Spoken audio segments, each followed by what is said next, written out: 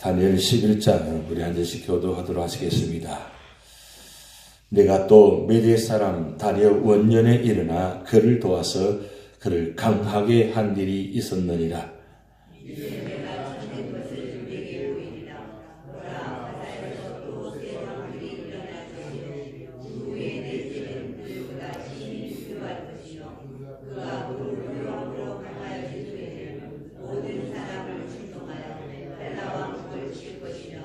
장차한 능력 있는 왕이 일어나서 큰 권세로 다스리며 자기 마음대로 행하리라. 그러나 그가 강성하되 그의 나라가 가나도 천하 사방에 남을 것이나 그의 자식에게로 돌아가지도 아니할 것이요 또 자기가 주장하던 권세대로도 되지 아니하니 이는 그 나라가 붙어서 그 외에 있는 사람들에게로 돌아갈 것이니라. 남방의 왕들은 강할 것이나 그 군주들 중 하나는 그보다 강하여 권세를 떨치리니 그의 권세가 심히 클 것이요.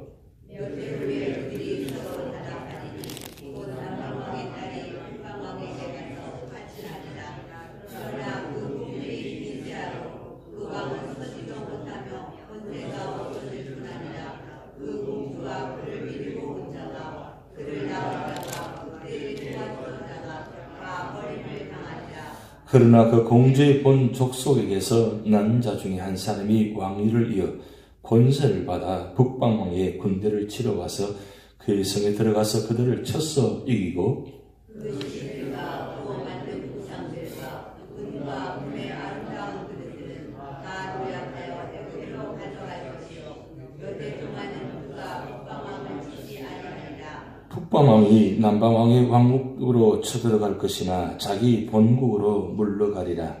그러나 그의 아들들이 전쟁을 준비하고 12만 군대를 모아서 물이 넘친같이 나올 것이며 그가 또 와서 남방왕의 견고한 성까지 칠 것이요. 남방왕은 크게 노하여 나와서 북방왕과 싸울 것이라. 북방왕이 큰 무리를 이룰 것이나 그 무리는 그의 손에 넘겨준 바 되리라.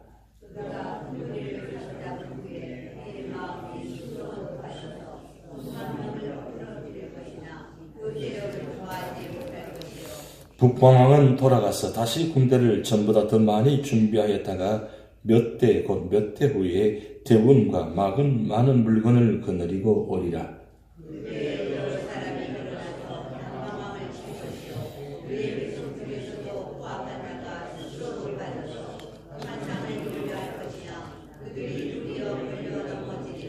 이에 북방왕은 와서 토성을 쌓고 견고한 성읍을 점령할 것이요 남방 군대는 그를 당할 수 없으며 또 그가 택한 군대라도 그를 당할 힘이 없을 것이므로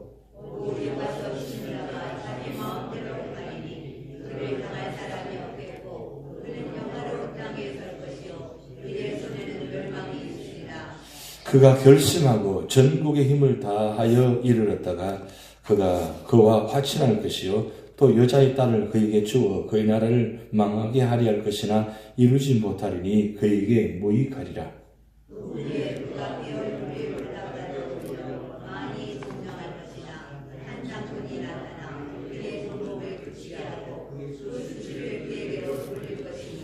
그가 드디어 그 얼굴을 돌려 자기 땅 산성들로 향할 것이나 거쳐 넘어지고 다시는 보이지 아니하리라.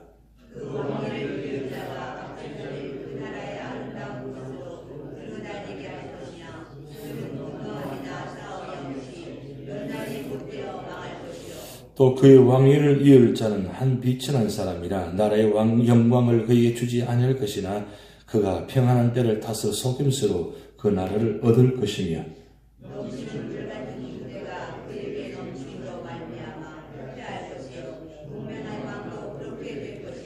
그와 약조한 후에 그는 거짓을 행하여 올라올 것이요 소수의 백성을 가지고 세력을 얻을 것이며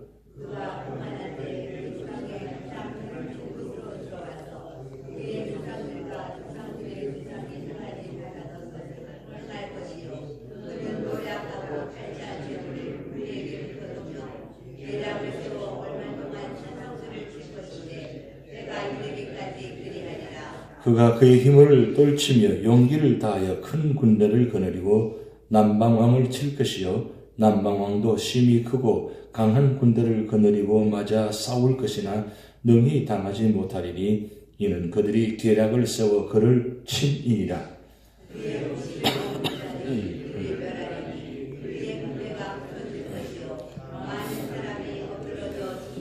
이 두 왕이 마음에 서로 해하고자 하여 한 밥상에 앉았을 때에 거짓말을 할 것이라. 일이 형통하지 못하리니 이는 아직 때가 이르지 아니하였으므로 그 일이 이루어지지 아니할 것임이니라.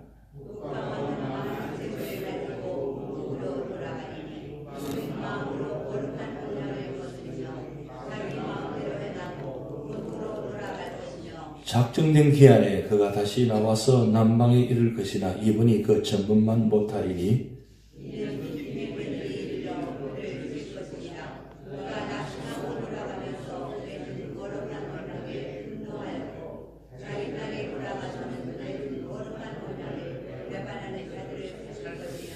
군대는 그의 편에 서서 성소 곧 견고한 곳을 더럽히며 매일 드리는 제사를 피하며 멸망하게 하는 가장 것을 세울 것이며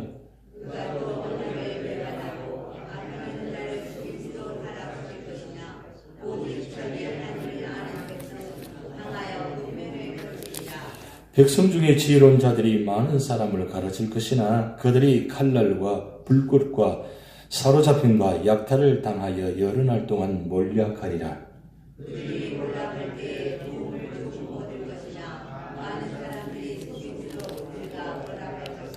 또 그들 중 지혜로운 자 몇 사람이 몰락하여 무리 중에서 연단을 받아 정결하게 되며 희게 되어 마지막 때까지 이르게 하리니 이는 아직 정한 기한이 남았습니다.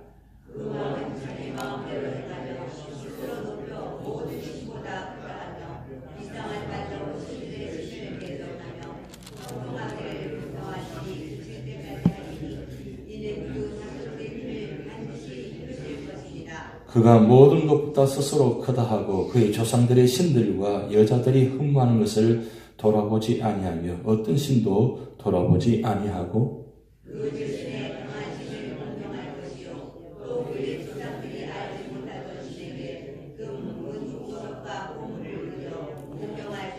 그는 이방신을 힘입어 크게 견고한 산성들을 점령할 것이요 물을 그를 안다 하는 자에게는 영광을 더하여 여러 백성을 다스리기도 하며 그에게서 뇌물을 받고 땅을 나눠주기도 하리라.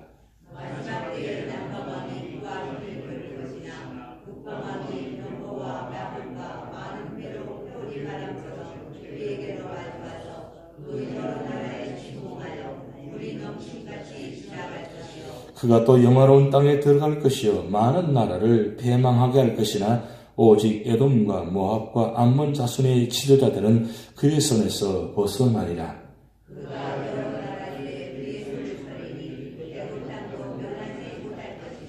그가 권세로 애굽의 근음과 모든 보물을 차지할 것이요 리비아 사람과 구스 사람이 그의 시종이 되리라.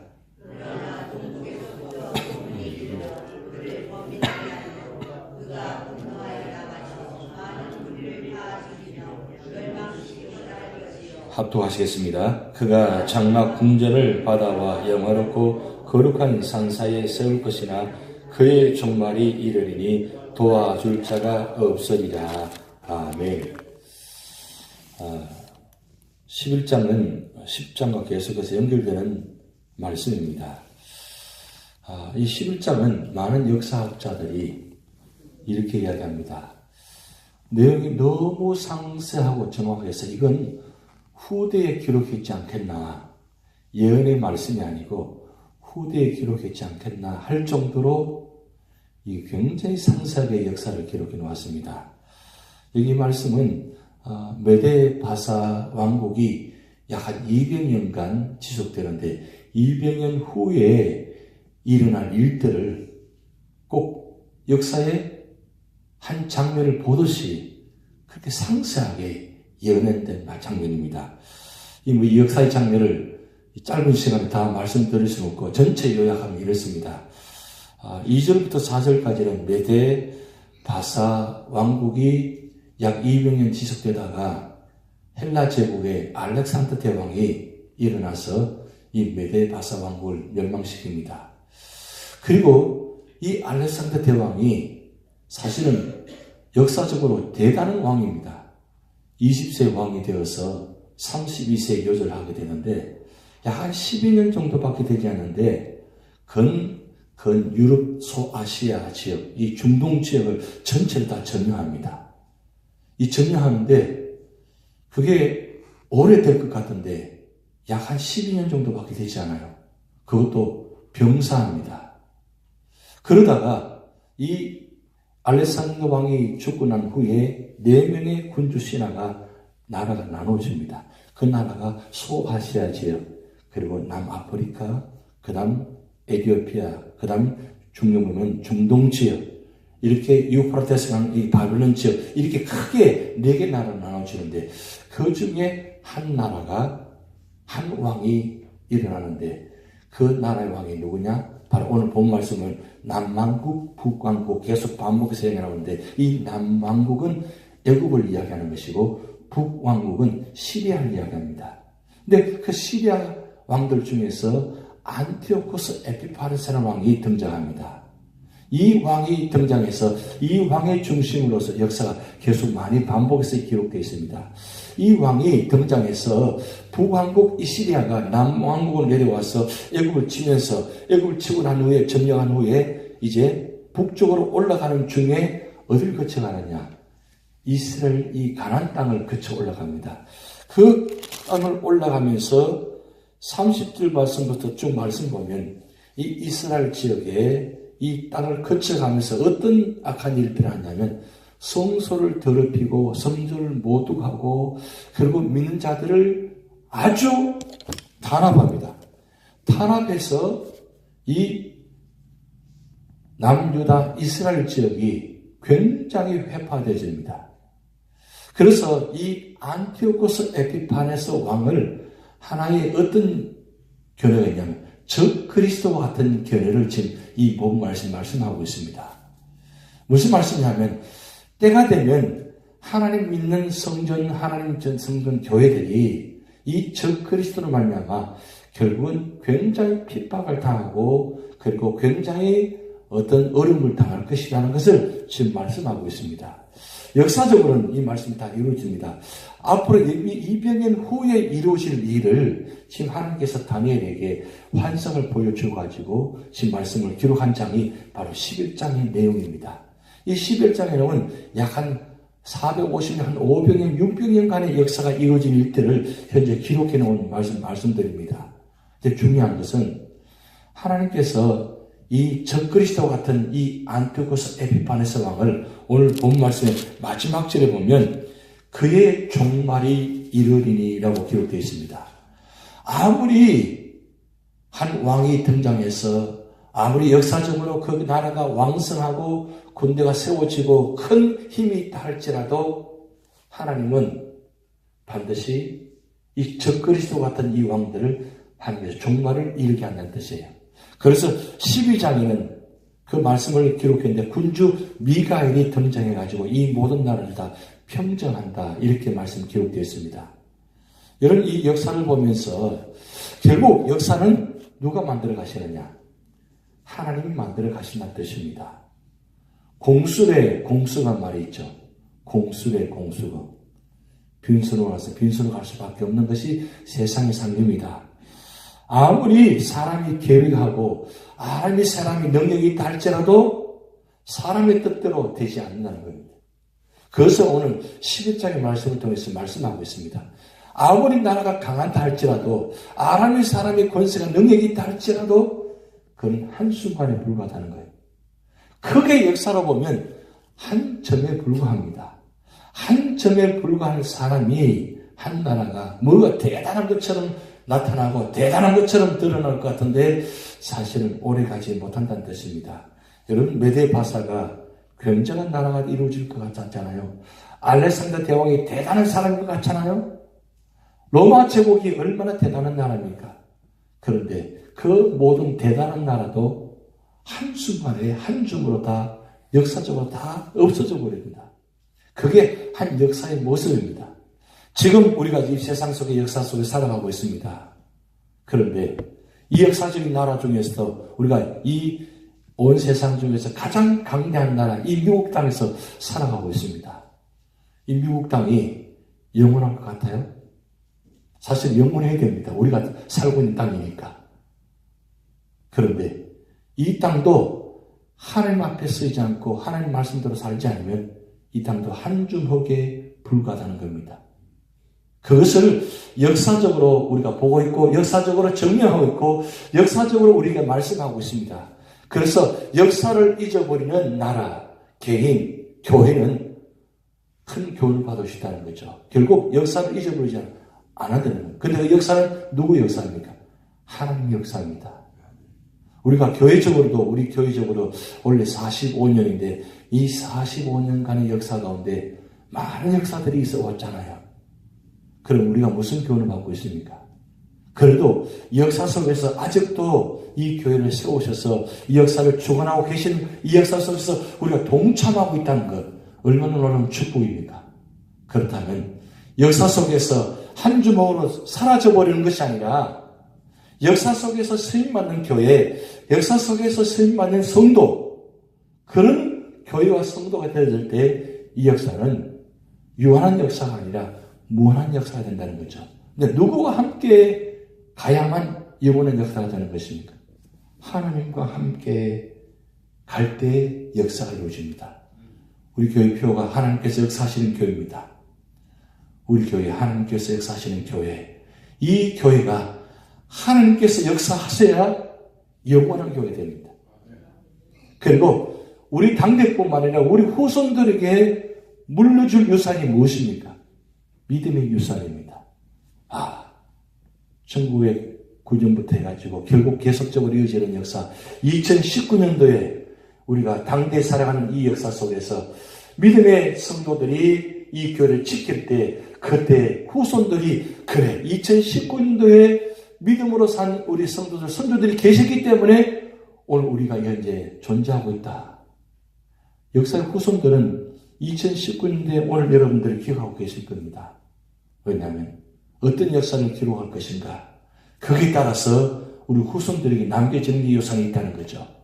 그래서 오늘 꼭 기억할 것은 사람의 부귀영화는 한순간에 불과하다는 것. 결국 하나님과 동행하지 않으면 반드시 역사는 멸망할 수밖에 없다는 것. 그런데 믿음으로 끝까지 지키는 나라 성도는 하나님께서 미갈 군대를 세우셔가지고 천사를 세우셔가지고 교회의 날을 반드시 세우시고 역사하시고 인도하시는 사실입니다. 그러기에 오늘도 여러분의 삶의 자리가 하나님과 말씀과 함께하고 하나님과 동행할 때 우리 교회, 우리 가정이 영원한 그 임마누엘 역사가 여러분을 통해서 나타날 줄 믿습니다. 다 같이 기도를 하시겠습니다. 하늘에 계신 우리 아버지여, 이름이 거룩히 여김을 받으시오며 나라의 임하옵시며 뜻이 하늘에서 이룬 것 같이 땅에서도 이루어지이다. 오늘날 우리에게 일용할 양식을 주옵시고 우리가 우리에게 죄 짓는 자를 사하는 것 같이 우리 죄를 사하여 주옵시고 우리를 시험에 들게 하지 마옵시고 다만 악에서 구하옵소서. 대개 나라와 권세와 영광이 아버지께 영원히 있사옵나이다. 아멘.